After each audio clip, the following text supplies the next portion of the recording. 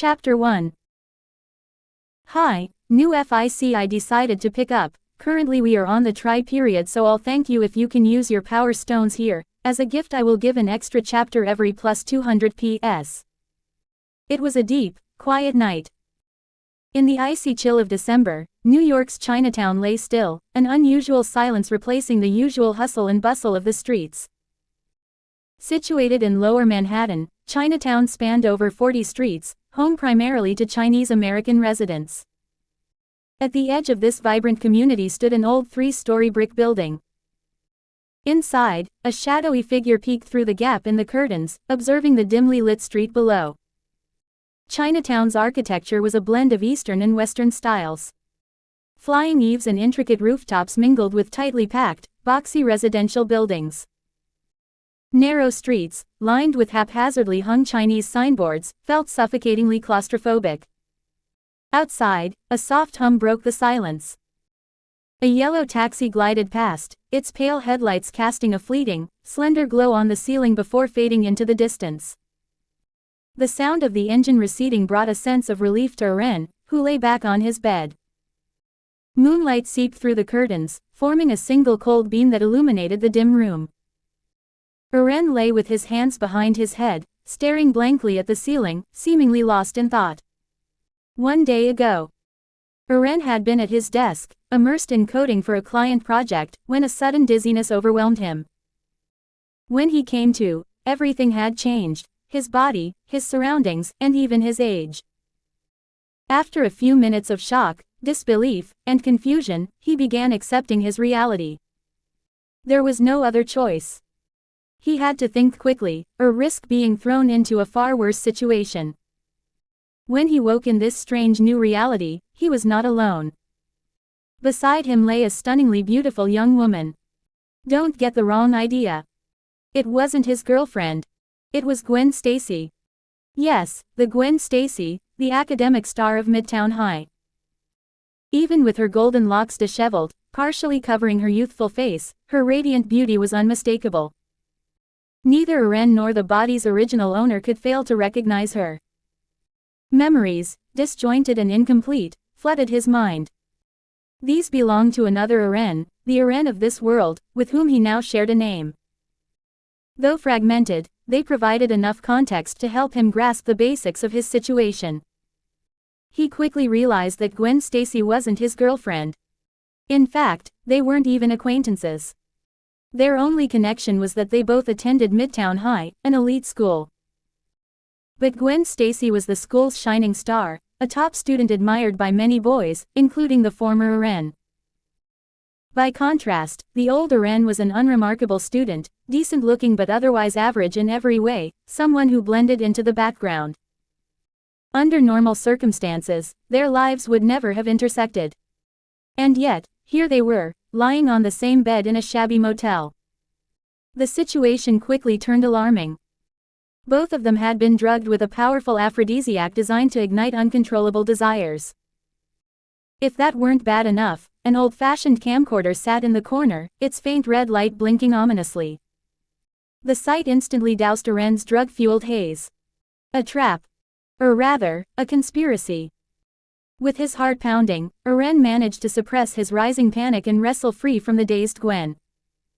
Pressing his ear against the door, he caught snippets of conversation from outside.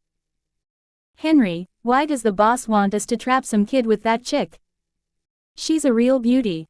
What a waste to let some outsider have her. If it were me, I'd..." "Shut up, bud. Unless you want to spend the rest of your life picking up soap in prison, keep it in your pants. That girl's dad is the precinct captain of the NYPD. If it weren't for the big boss backing us, even our boss wouldn't dare touch her." "Exactly. Bud, don't screw this up. If the boss finds out, we can't protect you." Fine, I get it. But why this kid? What's his connection to Chinatown? He owns a 3-story building there. The boss wants to expand his operations into Chinatown, and controlling this kid could give us leverage." The overheard conversation confirmed Eren's suspicions. Dressing swiftly, he tiptoed to the window. Calculating the height of the drop, he exhaled in relief. The second floor overlooked a trash-filled alley. A jump from here might hurt, but it wouldn't kill him. As he prepared to climb out, his gaze fell on Gwen's serene face. If he escaped alone, what would happen to her? Biting his lip, Eren made a decision. He locked the door, dragged a cabinet to barricade it further, and climbed out the window. Using a nearby public phone, he called the NYPD. As for taking Gwen with him, he simply didn't have the strength or means to get them both out safely. Fortunately, Gwen's father's position ensured that her kidnapping quickly garnered significant attention. End of chapter. Check out my Patreon for +20 extra chapters on all my fanfics. For only $5. www.patreon.com Zaelum. +500 power stones equals +1 extra chapter. Thank you for your support. 10 comments 0 vote. Chapter 2. If we reach 2000 PS by the end of next week, I will keep a 2-chapter per day schedule for a few weeks. It didn't take long after Eren's call for police cars to roar through the streets surrounding the motel where he had woken up. After a brief but intense firefight, the authorities carried out 2 bodies and successfully rescued Gwen Stacy, who was quickly sent to the hospital.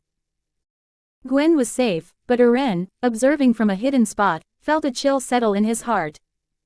2 bodies. The police only carried out 2 bodies. Yet, he clearly remembered hearing 3 distinct voices outside the room. If there were 3 people and only 2 were accounted for, it meant one had escaped the police's dragnet. Eren didn't know who the escapee was, but he knew this spelled trouble for him. Regardless of whether the group had entered the room before the police arrived, the fact that Gwen was rescued alone would lead them to deduce that Eren had escaped before the authorities stormed the building. Considering the precision of the police raid, it wouldn't take much for those criminals to connect the dots and pin the blame on him. When that happened, Eren's safety would be in grave jeopardy. 2 options lay before him. The first was to seek refuge with the NYPD, claiming protection as a victim. After all, it was his call that had led to Gwen's rescue. Eren was confident that her father, George Stacy, wouldn't hesitate to help him out of gratitude. But was it truly safe? Eren couldn't ignore what he'd overheard during the criminals' conversation. Gwen's kidnapping stemmed from someone within George Stacy's circle of enemies. If George couldn't even protect his own daughter, could he protect Eren? Moreover, the precision with which the group had tracked Gwen's movements suggested that someone within the NYPD might be involved. If that were true, walking into the police station could be like stepping into a trap. No, Eren muttered, shaking his head. I can't leave my safety in someone else's hands. Newly arrived in this world, Eren's instincts were on high alert, his sense of security almost non-existent. Trusting others with his life wasn't an option he was willing to consider. That left only one alternative: solve the problem himself. But first, he needed to return home. Unlocking the door to the old 3-story brick building his mother had left him, Eren stepped inside, only to see Pepper Potts sitting on the living room sofa, wrapped in a blanket and frowning in concern. Hearing the door open, Pepper turned, her gaze landing on Eren. Her tense expression softened, though only slightly, as she set the blanket aside and stood up. Staying out all night isn't a good habit. Care to tell me where you were, Eren? Eren froze for a moment, surprised to see her waiting. It seemed she'd stayed up all night. A quick flash of fragmented memories reminded him who Pepper Potts was. Pepper Potts. The personal assistant of Tony Stark, chairman of Stark Industries. She had been a business partner at his mother's company and her closest friend. After Eren's mother, Carrie, had passed away in a car accident, Pepper had taken care of everything, from the funeral arrangements to the handling of Carrie's estate. Without Pepper, the vultures circling the inheritance would have stripped Eren of everything. Even the fact that he still owned this building was a rare stroke of mercy. Pepper had also played a major role in helping Eren get into Midtown High, one of New York's top schools. Recalling these details, Eren's eyes lit up. Perhaps there was another way forward. He didn't hold anything back. Eren recounted everything that had happened in detail. What? Pepper's face turned pale as she listened. She had assumed Eren had spent the night at a bar with friends or out with a girl. If that had been the case, she would have merely given him a stern reminder to stay safe. After all, she'd been young once, too. But Eren's story was far more alarming: kidnapping, gangsters, police raids, and death. This was no teenage escapade. Recognizing the potential danger, Pepper grabbed Eren's shoulders and said seriously, "Leave this to me. For now, you shouldn't stay here. Come to my place for a few days." Eren shook his head. "Thank you, Aunt Pepper, but I can't do that."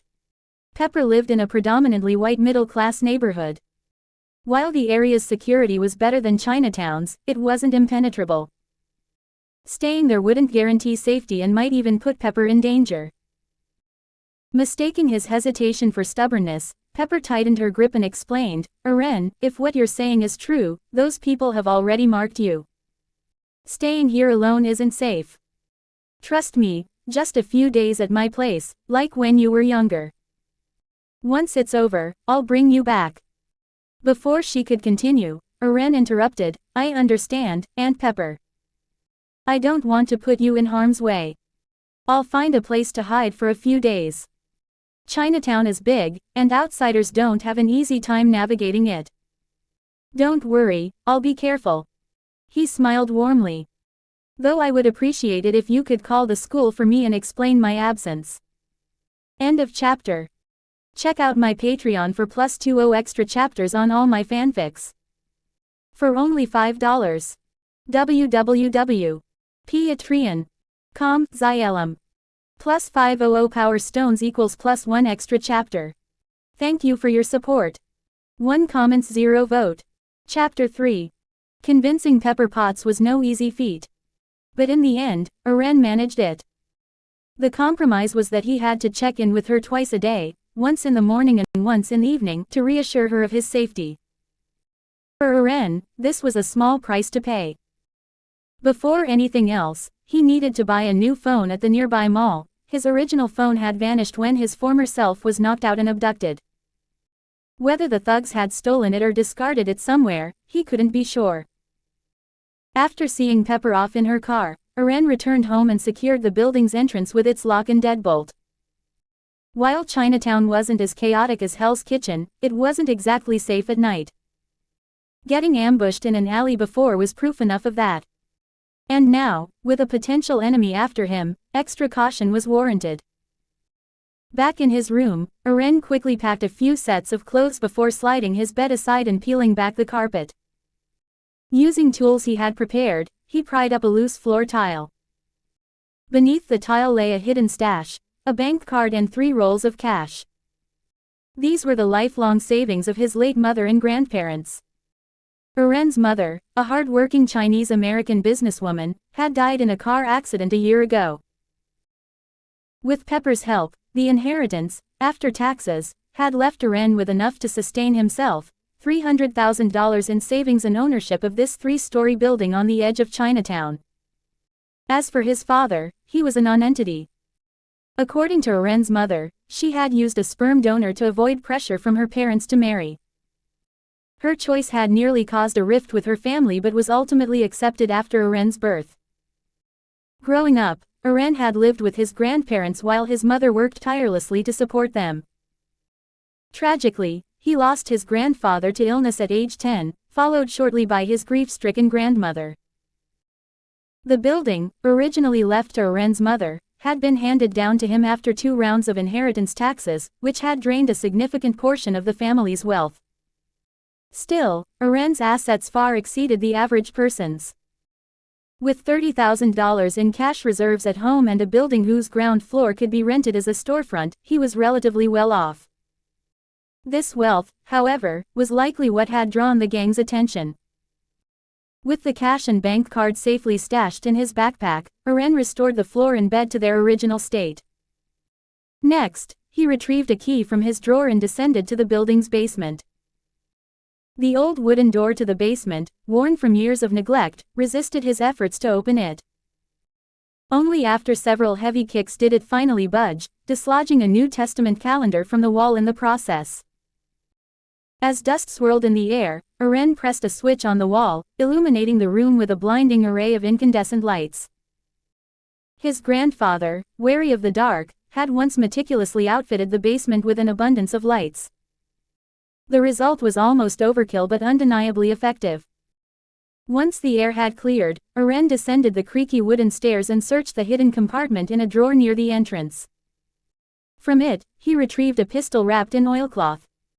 The weapon, a well-maintained Beretta 92F, gleamed in the light. This was his grandfather's prized possession, a gun that had protected the Lin family for generations. Stories of this pistol had been a part of Eren's childhood, passed down as a symbol of resilience. Holding the firearm in his hands for the first time, Eren felt a surge of confidence. With the money and pistol in hand, Eren wasted no time. He left home and rented a room at a small Chinese-run motel several blocks away.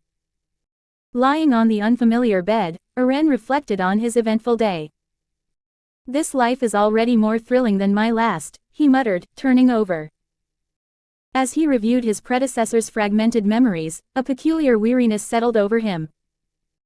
The more he focused, the heavier the fatigue grew, until his thoughts blurred and he began to drift off. Suddenly, Eren felt the air around him grow dense and still, an oppressive sensation that made his skin crawl. Then came the whispers. Maddening, eerie, and strangely alluring, the voices surrounded him as if dozens of unseen figures were murmuring directly into his ears. No matter how hard he tried, Eren couldn't decipher the words. Instead, the whispers only intensified his headache, each syllable like a hammer to his skull. As the pain reached its peak, the cacophony abruptly ceased. The whispers retreated like a receding tide, leaving behind an unsettling silence. Eren's surroundings felt weightless and surreal, as though his very soul had been unmoored.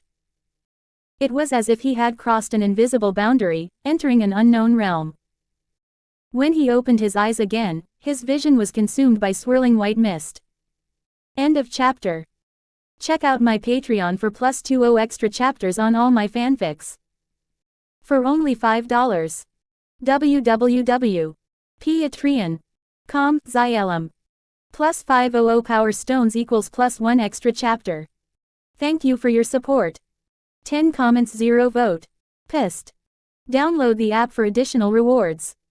More events, more perks. Winning you more free perks. Download now. Zaelum. Download app now. Chapter 4. Where is this? The bizarre scene before him had Eren on edge. Carefully observing his surroundings, he realized he was floating at the edge of an infinite silver river. The dense white mist clouding his vision seemed to emanate from the river, glimmering like liquid mercury. In front of him loomed a massive, ethereal silver scale, standing resolute at the riverbank like an ancient monolith. It continuously drew in the mist that rose from the river's surface. What is this? Curiosity piqued, Eren cautiously extended his hand toward the scale's ghostly image. The moment his fingers touched it, an inexplicable wave of information surged into his mind. Through this enigmatic transmission, Eren began to grasp the nature of the scale. The Scales of Fate. A supreme artifact born from the River of Fate, now tainted by an unknown entity and displaced into Eren's previous world. Under the guidance of fate, it had found Eren and saved him at the moment of his untimely death, transporting him to this new world. So, I died before crossing over. Eren muttered. I guess this thing actually saved my life. Then he frowned. But of all places, why send me to the dangerous Marvel universe? Couldn't it have been a safer world? The scale remained unresponsive, silent and unmoving like a lifeless object. Yet Eren, having received some of the transmitted knowledge, knew it wasn't just a simple artifact. While its external form was a scale, it could manifest its abilities in ways most comprehensible to its host. For a programmer like Eren, what could be easier to understand than a system? With a single thought, the white mist began to swirl and coalesce before him, forming a simple interface. Name: Eren Lin. Fate Compass: 100 fate points required to spin the compass. Fate manifestation unlocks items from the River of Fate locked. Talent: the unpredictable, your fate is ever-changing and unknowable. As the host of the Scales of Fate, no one can capture your destiny or predict your future. Skills. Driving beginner English 11th grade, history 11th grade, math 11th grade, chemistry 11th grade, antique appraisal, novice programming, advanced. Power rating. Weakling. Fate points. 100, a gift from fate. Looking at the interface, Eren felt mixed emotions. Midtown High's high standard education was evident in the solid foundation of his academic skills, even despite the personal losses his predecessor had suffered. As for his programming advanced skill, it was likely a remnant of his past life as a professional programmer. Having lived until 2023 in his original world, it wasn't surprising that his expertise in coding had carried over as a valuable asset. The weakling power rating, however, didn't surprise him. It only heightened his sense of urgency to grow stronger. Turning his attention to the only available option, the Fate Compass, Eren focused on it. Spinning the compass cost 100 fate points. Was that expensive or not? He had no reference, but at least he had one spin thanks to what seemed like a newbie gift.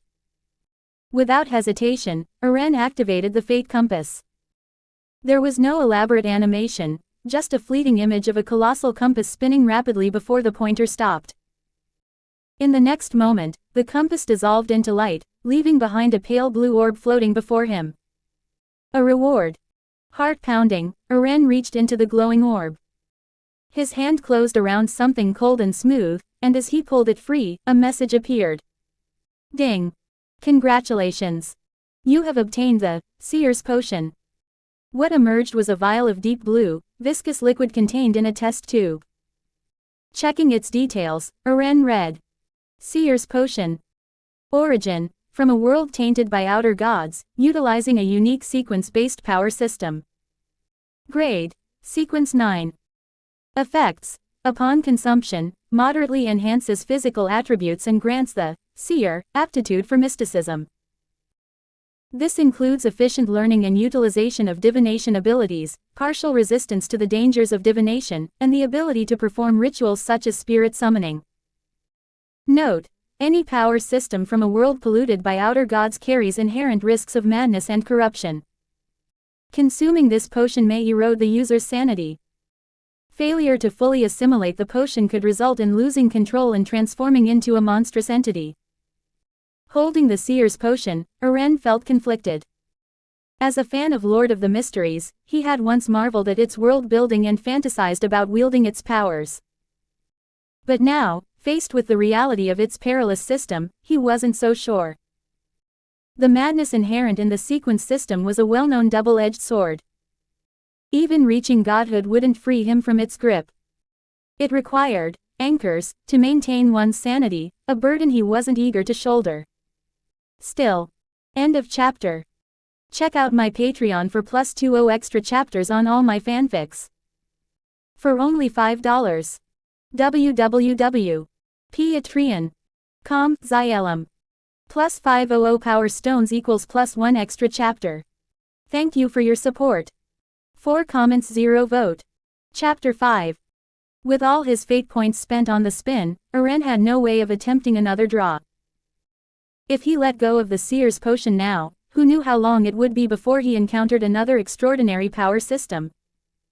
In this world dominated by ordinary people, obtaining supernatural abilities was no simple feat. And even if he did acquire them, most of the powers in the Marvel universe couldn't match the potential of the sequence-based system. Without sufficient strength, how could he hope to survive in a world rife with danger? Moreover, there was no guarantee that accumulating another 100 fate points would yield something as useful as the Seer's potion. Considering the scales of fate had already been tainted by an unknown entity, Eren doubted his next reward would fare much better. And time was not on his side.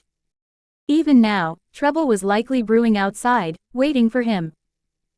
Resolving himself, Eren's gaze hardened as he looked at the potion in his hand. Suddenly, Eren felt a sharp heaviness in his body. The surreal surroundings faded into darkness before his vision abruptly returned. In the blink of an eye, he was back in his rented motel room. If not for the vial of dark blue potion still in his hand, he might have thought everything that had just happened was a dream. Phew, well, I guess this isn't so bad. At least I've got some sort of cheat system, he muttered, chuckling softly at his own joke. Without further hesitation, Eren tilted his head back and poured the Seer's potion into his mouth. The cool, viscous liquid slid down his throat, spreading a chilling sensation through his body. It felt as if thin, icy tendrils were extending into every cell of his being. His body convulsed uncontrollably as the potion took effect. His vision blurred, his surroundings twisted into abstract shapes, and his thoughts grew disjointed. It felt as though his soul was being pulled into a higher dimension. In his disoriented state, Eren noticed strange, indescribable figures encircling him. These entities seemed intent on pulling him into their midst, beckoning him to join them and succumb to eternal madness. No, I won't let them drag me down. A sudden clarity struck him like lightning. With a determined effort, Eren's consciousness plunged downward, reconnecting with his body. Boom. In an instant, the abstract, chaotic visions dissolved. The figures around him vanished, and his motel room returned to normal. But Eren wasn't unscathed. An influx of knowledge flooded his mind, making his head feel like it was about to explode. His vision doubled, with faint silhouettes whispering incomprehensible words at the edges of his perception. A sharp pain pierced his forehead, and an overwhelming urge to destroy and lash out surged within him. Grimacing, he shook his head violently, fighting to suppress the chaotic impulses. After what felt like an eternity, the discomfort subsided. Phew. Exhaling deeply, Eren realized his entire body was drenched in sweat, as if he'd been submerged in water. What a horrible experience, he muttered with a bitter smile. Despite the ordeal, a hint of exhilaration sparkled in his eyes. The Seer's potion hadn't just brought him pain, it had granted him extraordinary powers and an initial grasp of esoteric knowledge. According to the information I've received, I need to meditate to stabilize my powers and learn to control them. Eren began by adjusting his breathing, slow, deliberate, and rhythmic. Gradually, he cleared his mind, focusing entirely on a vivid mental image, a grand, divine scale suspended in his thoughts. Meditation required envisioning objects that didn't exist in the material world. Only by transcending one's sense of self could one begin to align with the greater truths of the universe. Through the night, Eren meditated and practiced. Thanks to the Seer's potion, he managed to stabilize the powers within him and gain a rudimentary mastery of spirit vision.